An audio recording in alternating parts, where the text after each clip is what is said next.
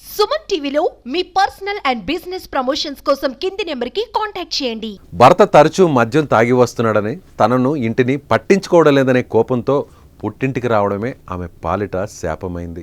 భర్తతో గొడవపడి అలిగి పుట్టింటికి వచ్చిన ఓ ఇల్లాలు ఇంకా ఎప్పటికీ తిరిగిరాని లోకాలకు వెళ్లిన విషాద ఘటన అల్లూరి సీతారామరాజు జిల్లాలో చోటు చేసుకుంది.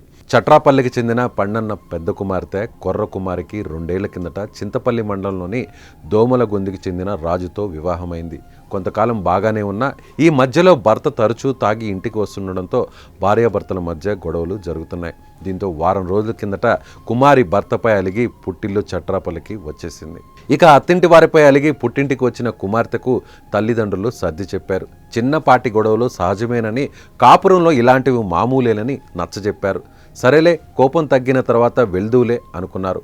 అప్పటికే మృత్యువు ఆమె అంచుల వద్దకు వచ్చేసింది. అది ఆదివారం. భారీ వర్షం ఆ ఊరును కమ్మేసింది. చిమ్మ చీకటి, ఏమీ కనిపించని పరిస్థితి.